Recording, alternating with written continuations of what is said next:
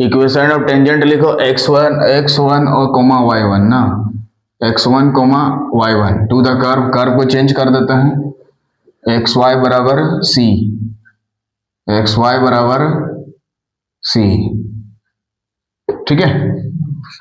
इसका मतलब सीधा सीधा कि वो पॉइंट अगर वहां पे बैठा देंगे हम लोग तो x1 y1 बराबर क्या आ जाएगा, c आ जाएगा। मतलब कहीं x1 y1 दिखे तो हम क्या बैठा देंगे, c बैठा देंगे। क्या बैठा देंगे, c बैठा सकते हैं क्या, नहीं बैठाने से कुछ होगा नहीं। तो कर्व को सबसे पहले डिफरेंशिएट करते हैं, ठीक है। तो सिंस जो दिया है लिखेंगे xy बराबर कितना दिया है, c, इसको डिफरेंशिएट करेंगे, इसको इक्वेशन 1 मान के लिखो, differentiating equation with respect to x, differentiating equation 1 with respect to x, we get. तो यहाँ पे तो u इंटू वी से डिफरेंशिएट करना पड़ेगा क्योंकि प्रोडक्ट रूल लगेगा दो फंक्शन। यहाँ पे देख लीजिए u इंटू वी लगेगा कि नहीं, तो पहला वाला फंक्शन को देख के लिखना है x और दूसरा का डिफरेंशिएट y का डिफरेंशिएट क्या हो जाएगा, dy बाई dx, प्लस दूसरा को देख के लिखना है और x का डिफरेंशिएट कितना होता है 1, इजिकल टू राइट टाइम में हमारा कांस्टेंट टर्म में अकेले मिले तो डिफरेंशिएट क्या हो जाएगा 0, c के जगह 2 भी रहेगा तो क्या होगा 0 होगा, 3 होगा तो 0, c स्क्वायर होगा तो 0 हो जाएगा। तो यहाँ से dy बाई dx निकाल देंगे, तो यहाँ से dy बाई dx जब हम निकालने जाएंगे तो प्लस y उधर जाके क्या हो जाएगा माइनस y, और x तो मल्टीप्लाई में उधर जाके dy बाई dx, इतना आ गया। लेकिन हमें dy बाई dx इस पॉइंट पे नहीं चाहिए, किस पॉइंट पे चाहिए, x1 y1 पे, तो वाला बैठा देंगे। इसीलिए dy बाई dx हमें कौन सा पॉइंट पे चाहिए, x1 y1 पे चाहिए।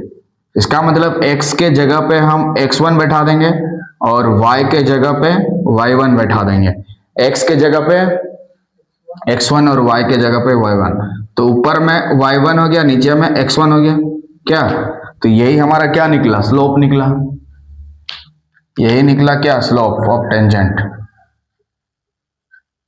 स्लोप ऑफ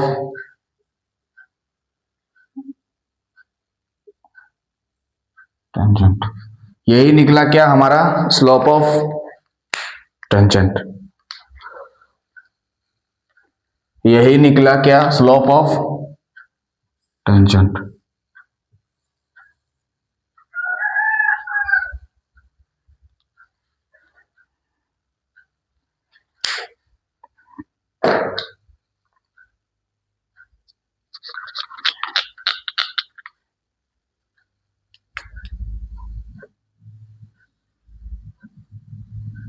ठीक है, तो इक्वेशन ऑफ टेंजेंट निकाल देते हैं क्या, सो equation of tangent, so equation of tangent at कौन सा पॉइंट पे, x1 y1 इज, इस पॉइंट पे इक्वेशन ऑफ टेंजेंट निकाल देते हैं। तो क्या करना पड़ेगा बताओ, y माइनस वाई कोऑर्डिनेट कितना है y1, ठीक है, यहाँ प्लस y1 है तो माइनस y1 लिखेंगे, ठीक है, प्लस 2 रहेगा तो -2, -2 रहेगा तो +2, इक्वल टू स्लोप उस पॉइंट पे जितना आया लिखेंगे y1 बाई x1 और x minus x coordinate, x minus x coordinate, देखो प्लस x1 है तो यहाँ पे माइनस x1 लिखना है, ठीक है, प्लस x1 है तो माइनस x1 को सॉल्व कर लीजिए, उसके इधर उधर करिए।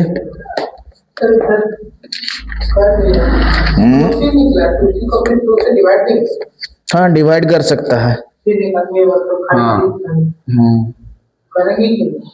देखो तो इधर देखो थोड़ा, अब गुना करो इसको, ये इधर गुना करेंगे तो क्या हो गया y इंटू x1 और यहाँ y1 और x1, और वहां करेंगे तो कितना होगा रे, -x into y1 plus y1, तो x1 y1 को एक साइड में लेके जाओ, तो इधर क्या हो जाएगा, पहले x वाला लिखोगे तो x y1 y x1 ना, और इधर ले जाएंगे तो क्या होगा 2 इंटू x1 इंटू y1, तो ये x1 y1 को डिवाइड कर दो इसमें पूरा इक्वेशन में,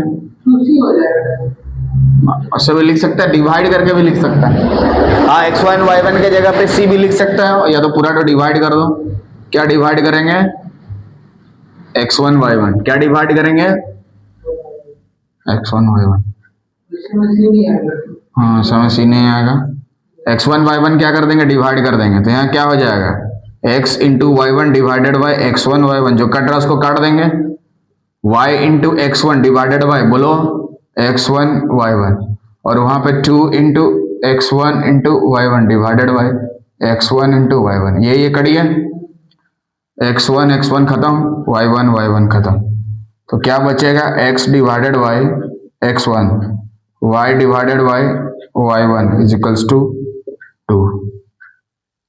ये हो गया रिक्वायर्ड इक्वेशन ऑफ टेंजेंट। आप वहां पे 2c लेके भी आंसर लिख सकते हैं, यहाँ पे बच्चा 2c लेके भी आंसर लिख सकता है, वो भी उसका सही है। अगर यहाँ पे 2c x1 y1 के जगह पे यहाँ पे c लिख सकते हैं, तो यहाँ पे c लिखने से भी कोई गलती नहीं है, क्योंकि ये पॉइंट इस कर्व में है, मतलब इस कर्व को सेटिस्फाई करेगा, यानी x1 y1 के जगह पे वो c बैठा सकता है, मतलब यहाँ पे c बैठाने से भी कोई गलती नहीं है। तो c बैठा के आंसर करते हैं। हाँ ठीक है, कोई दिक्कत नहीं। हाँ, काहे नहीं चलेगा, नॉर्मल का निकाल लो। तो ये हमारा जो निकला किसका स्लोप निकला? टेंजेंट का। टेंजेंट इक्वेशन एंड नॉर्मल भी कर दो, यहाँ पे नॉर्मल का इक्वेशन भी निकाल दो, छोड़ दो, नॉर्मल का इक्वेशन भी निकाल दीजिए, ठीक है। तो उसके लिए स्लोप ऑफ नॉर्मल चाहिए क्या? तो टेंजेंट का स्लोप अगर इतना निकाले हैं, तो स्लोप ऑफ नॉर्मल कितना होता है? स्लोप ऑफ नॉर्मल निकालने के लिए फॉर्मूला क्या है? -1 बटा स्लोप ऑफ टेंजेंट। मतलब इसको उल्टा करके घटाव चिन्ह देना है, तो उल्टा करने का मतलब नीचे वाला ऊपर जाएगा और ऊपर वाला नीचे। मतलब ये x1 तो कहाँ जाएगा? ऊपर, और y1 तो नीचे, और ये माइनस तो क्या बन जाएगा? प्लस। यही है नॉर्मल का स्लोप। तो वहां नॉर्मल का इक्वेशन निकाल देंगे अभी, क्या?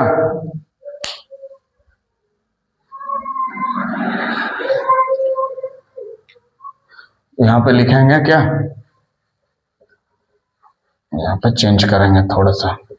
सो इक्वेशन ऑफ नॉर्मल निकालेंगे।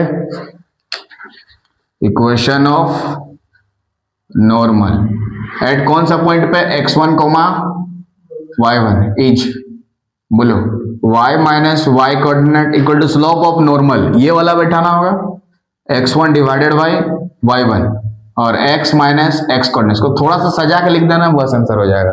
थोड़ा सा सजा के लिख देना है, क्योंकि यहाँ y1 का स्क्वायर आ जाएगा। क्वेश्चन तो वापस लाना पॉसिबल नहीं है। x1 y1 कहीं पे भी नहीं आएगा, x1 y1 कहीं पे भी इसमें से नहीं आएगा कहीं पे भी ना। इसको खाली सजा कर लिख देना, आंसर हो जाएगा।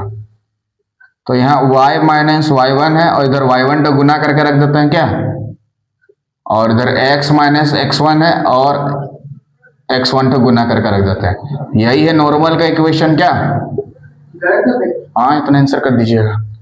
और कुछ नहीं तोड़ना है, क्योंकि यहाँ कुछ तोड़ने के बाद कुछ आने वाला है नहीं, क्योंकि हम यहाँ पे x1 y1 के जगह पे खाली c बैठा सकते हैं, पर यहाँ कहीं पे भी तोड़ने के बाद x1 y1 नहीं आएगा, इसीलिए इसी फॉर्म में आंसर लिख देंगे। तो यही है नॉर्मल का इक्वेशन, यही है हमारा नॉर्मल का इक्वेशन। लिख दोगे नीचे में रिक्वायर्ड इक्वेशन ऑफ नॉर्मल, यही है हमारा नॉर्मल का इक्वेशन। तो लिख दोगे रिक्वायर्ड